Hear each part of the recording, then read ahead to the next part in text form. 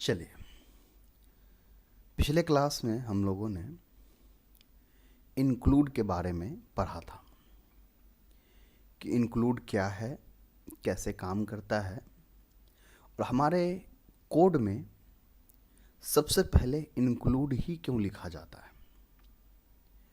उसी इंक्लूड वाली बातों को थोड़ा सा और अच्छे तरीके से हम समझेंगे। सबसे पहले हम एक नया फाइल जो हमने पहले भी सीखा है बनाना वो ले लेते हैं। Ctrl+S करके भी आप फाइल में जा कर के भी कर सकते हैं। डेस्कटॉप पे मैं इसका नाम दे देता हूँ। मान लिया जाए कि मैंने दे दिया माई फर्स्ट प्रोग्राम।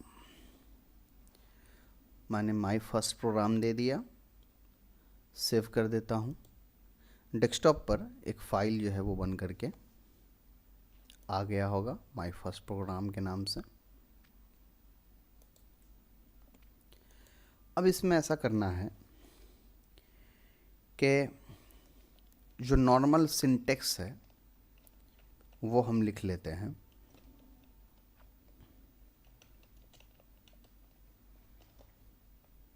एक छोटा सा कोड हम यहाँ पर लिखेंगे। अभी ये सारी चीज़ें आपको नहीं समझनी है, कोड में कौन सी बातें क्या है। अभी सिर्फ हम लोग इसके बारे में अच्छे से पढ़ रहे हैं। इसको पहले समझ लेंगे इंक्लूड के बारे में। इसको असल में हम ये पढ़ रहे हैं, ये तो एक फ़ाइल है जो हमने इसमें इंसर्ट किया है। इंक्लूड के बारे में ये पढ़ेंगे, फिर इसको समझेंगे, फिर इसको समझेंगे। इस तरीके से बारीकी से एक एक चीज़ को समझेंगे।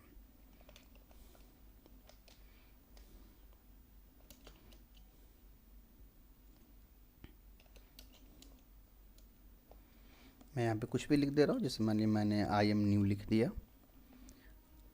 इसको सेव करके रन करके देख लेते हैं कि काम करते कि नहीं। बिल्ड एंड रन पे, क्योंकि फर्स्ट टाइम जब आप प्रोग्राम बनाइएगा तो फर्स्ट टाइम आपको बिल्ड एंड रन करना है। ठीक है, प्रोग्राम हमारा सक्सेसफुली रन कर गया। अब दूसरी बार जब आपको इसको रन करना है तो सिंपली आपको सिर्फ इस पे जाना है, रन पे, तो ये रन कर जाएगा। दोबारा बिल्ड करने की ज़रूरत नहीं है जब तक आप कोई चेंज ना करें। हाँ, इसमें आप कोई चीज़ चेंज कर दीजिए। मान लिया जाए कि आई एम न्यू लिखा था, इसमें मैं यहाँ पे आगे कुछ और लगा देता हूँ। मान लिया जाए मैंने लिख दिया माई नेम इज़ शाहिद। अब अगर मैं रन करूँगा ना तो माई नेम इज़ शाहिद लिखा हुआ नहीं आएगा। क्यों? क्योंकि मैंने प्रोग्राम के अंदर कुछ ऐड कर दिया है। तो जब आप चेंज करेंगे तो वापस आपको बिल्ड करना पड़ेगा। जब आप बिल्ड करेंगे तब दोबारा अपडेटेड वाला नाम जो है वो आएगा। चलिए, खैर इस पर भी ध्यान नहीं देना है आपको। ये लिखा हो गया। अब मैं क्या करता हूँ, माई फर्स्ट प्रोग्राम सी के नाम से था ये। अगर हम डेस्कटॉप पे जाएंगे तो यहाँ आपका प्रोग्राम बन करके आ गया, ये आपका ऑब्जेक्ट फाइल बन करके आ गया और ये आपका मेन सोर्स फाइल जो है वो बन करके आ गया। अब देखिए क्या करना है। मैं एक और फाइल लेता हूँ नया। Ctrl+Shift+N दबाइए, नया फाइल आ जाएगा। इसको मैं सेव कर देता हूँ, मान लिया जाए इंक्लूड के नाम से या इंक्लूड प्रैक्टिस के नाम से सेव कर देता हूँ, क्योंकि हम वही प्रैक्टिस कर रहे हैं। इंक्लूड प्रैक्टिस .c अपने आप ये ले लेगा, आपको सिर्फ इंक्लूड प्रैक्टिस करना है। देखिए यहाँ पर आ गया इंक्लूड प्रैक्टिस के नाम से सोर्स फाइल। अब आप बहुत गौर से देखिए इंक्लूड का क्या काम होता है। मैं सिर्फ यहाँ पे लिख रहा हूँ इंक्लूड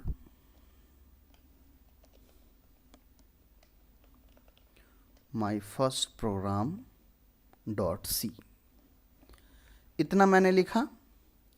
बिल्ड एंड रन पे क्लिक करूँगा, देखिए फाइल बन करके आएगा। मैं ये हमारा प्रोग्राम रन कर गया। I am knew my name is Shahid.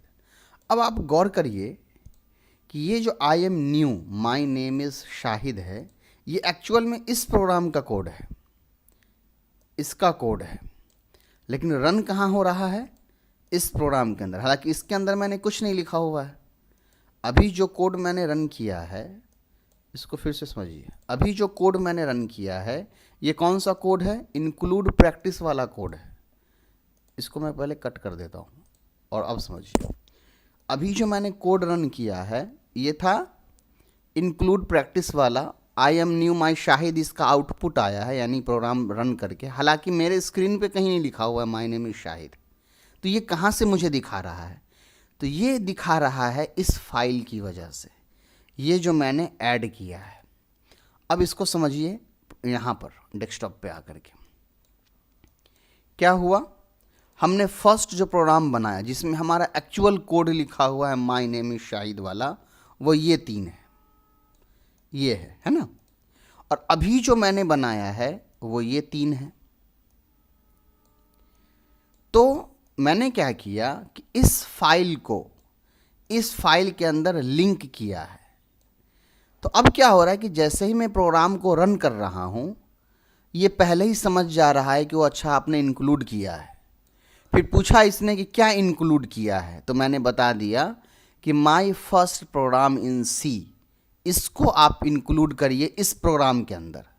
तो ये क्या करेगा, फौरी तौर पर फौरन माई फर्स्ट प्रोग्राम इन सी को रीड करेगा।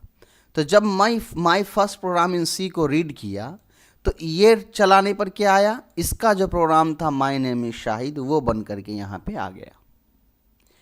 तो यहाँ मैंने कुछ नहीं लिखा है, यहाँ मैंने सिर्फ पीछे वाला जो फाइल था उसको लिंक किया है। ये काम होता है इंक्लूड का। तो जब भी हमको कोई ऐसा फाइल जो ऑलरेडी पहले से क्रिएटेड है, बना हुआ है, और आप उस फाइल को अपने प्रोग्राम में यूज़ करना चाहते हैं, तो आप क्या करते हैं, वहाँ से वो प्रोग्राम ले कर के आते हैं। वहाँ उस प्रोग्राम को आप लिंक कर देते हैं यहाँ पे कि मुझे उस प्रोग्राम की ज़रूरत है। इसको थोड़ा सा और एक दूसरे अंदाज में समझ लीजिए। मान लिया जाए मैं पहले वो प्रोग्राम ले लेता हूँ।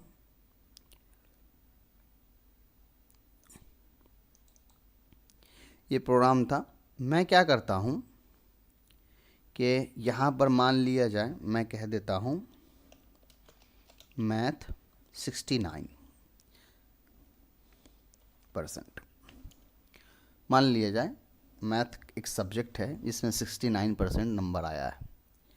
अब मैं चाह रहा हूँ कि मेरा जो मैथ का जो मार्क्स है वो यहाँ इस फाइल में दिखे। अब आप बिल्ड रन करेंगे तो देखिए मैथ 69 स्कोर परसेंटेज जो है वो आपको दिख गया। यहाँ पे परसेंटेज क्यों नहीं दिखा है वो हम समझेंगे बाद में, अभी फ़िलहाल देख लीजिए मैथ का सब्जेक्ट है और यहाँ पर स्कोर है। क्या हुआ, अब जैसे ही आपने उस फाइल के अंदर चेंजेस किया तो इसका काम सिर्फ रीड करना है। आप जो भी चेंजेस यहाँ करेंगे वो इसमें भी आप रन करेंगे तो दिखाई देगा। तो इस पूरे चैप्टर का जो खुलासा है, जो पूरे चैप्टर का समरी है, वो ये है कि इंक्लूड का इस्तेमाल हम कैसे करते हैं। तो इंक्लूड का इस्तेमाल हम अपने प्रोग्राम में इसलिए करते हैं कि कोई ऑलरेडी अगर बनाया फाइल है तो उस फाइल को अगर हमको अपने प्रोग्राम में यूज़ करना है तो हम इंक्लूड का इस्तेमाल करते हैं।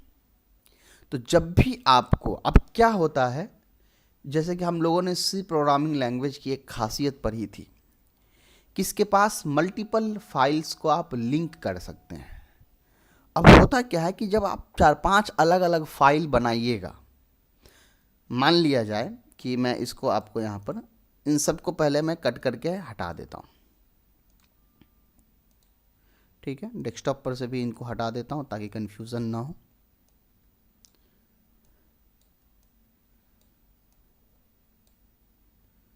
चलिए Ctrl+Shift+N करके एक नया फाइल लेते हैं, Ctrl+S दबाकर इसको सेव करते हैं और इसका नाम हम रखते हैं, मेन फाइल है रिज़ल्ट, ठीक है। और इसको आप अभी ऐसे ही छोड़ दीजिए। फिर Ctrl+Shift+N दबाइए, आ गया। इसको आप सेव कर दीजिए, मान लिया जाए शाहिद रिज़ल्ट, सेव कर दीजिए। इसमें हम लोग नॉर्मल जो फाइल है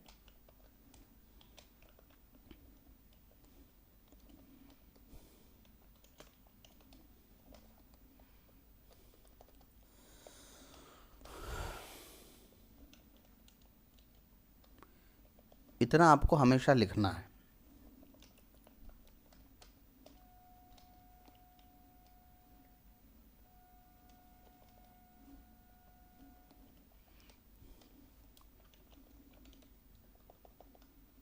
मान लीजिए मैंने लिखा पास, फिर कंट्रोल प्लस शिफ्ट दबाइए, एक नया फाइल ले लीजिए, कंट्रोल प्लस एस दबा के सेव कर लीजिए और इसका नाम आप दे दीजिए आज़ाद रिजल्ट।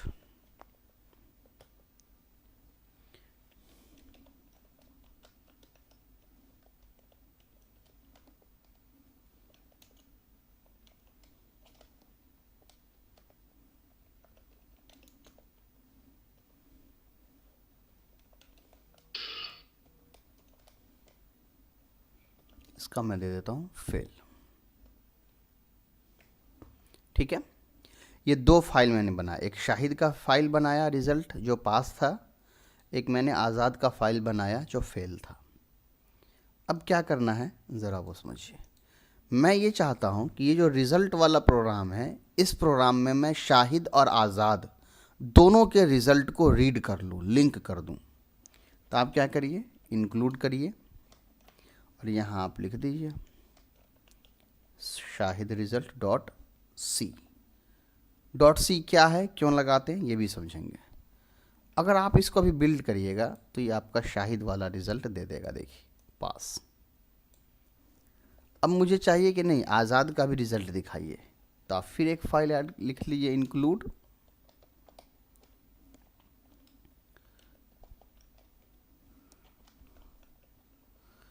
आज़ाद रिजल्ट डॉट सी, बिल्ड करिएगा। अच्छा, एक इधर एरर आ रहा है, ओके एक मिनट।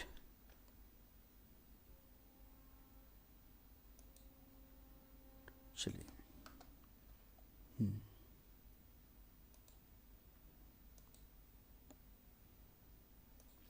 देखिए, अभी जो एरर है यहाँ पे रीडेफिनीशन ऑफ मेन ये लिख कर के आ रहा है और समझाया जा रहा है कि previous definition of main was here. तो ये एरर क्यों आया है ये हम आगे चल कर के समझेंगे।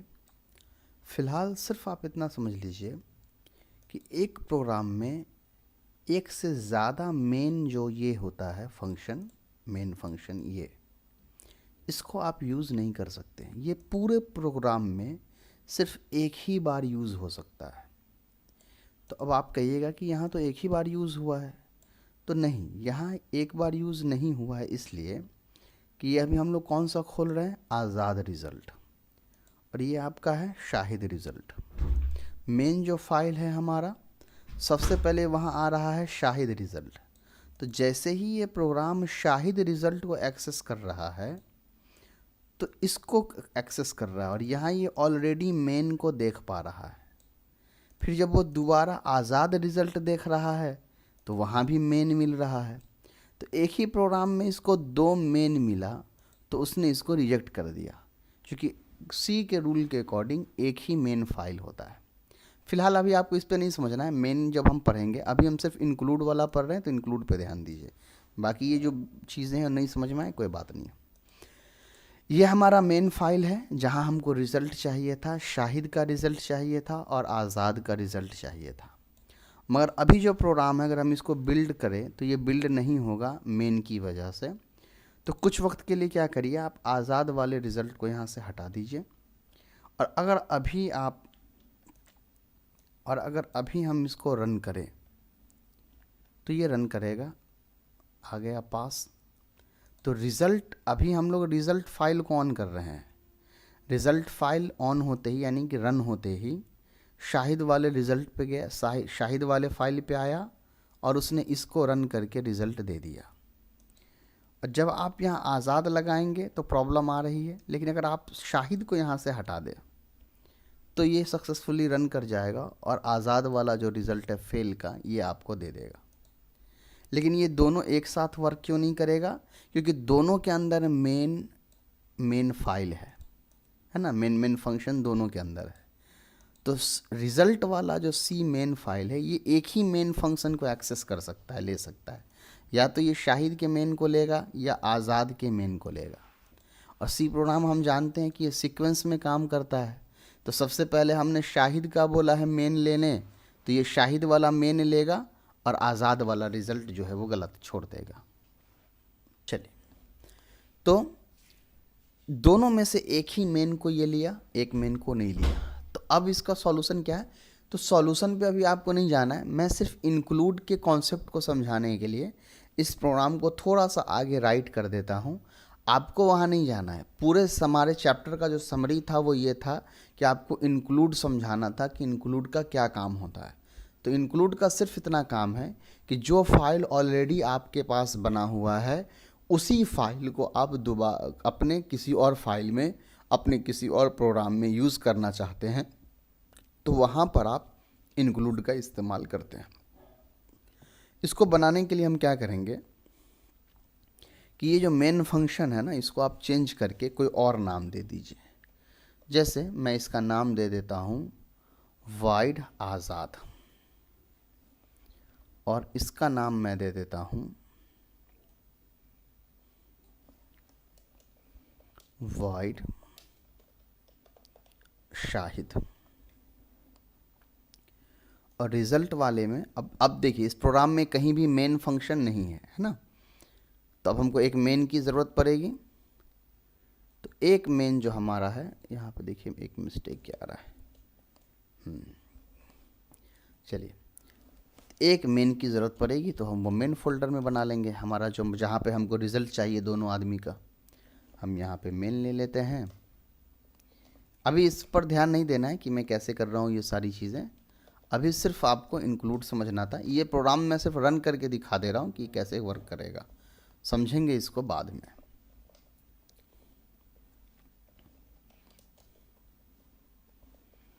अगर अब मैं इसको रन करूँ तो ये दोनों का रिज़ल्ट दिखा देगा। देखिए, दिखा दिया। पहला रिज़ल्ट है पास शाहिद का और दूसरा रिज़ल्ट है फेल आज़ाद का। ठीक है। तो आज का जो चैप्टर का पूरा खुलासा था वो था इंक्लूड को समझना कि इंक्लूड का क्या काम है। तो अब मान लिया जाए क्वेश्चन अगर आता है या क्वेश्चन आपसे कोई पूछा जाए, what is the purpose of include, तो आपका आंसर जो रहेगा वो ये रहेगा, include help us to add another program file, और डायरेक्टली another प्रोग्राम कर दीजिए, program into our current file। Include का काम होता है कि जो ऑलरेडी पहले से बनी हुई प्रोग्राम्स है आप उसका इस्तेमाल करना चाहते हैं अपने करंट फाइल के अंदर, करंट प्रोग्राम के अंदर। तो रिज़ल्ट, शाहिद का रिज़ल्ट का प्रोग्राम ऑलरेडी बना हुआ था जिसमें वो पास था। आज़ाद के रिज़ल्ट का प्रोग्राम ऑलरेडी बना हुआ था जिसमें वो फेल था।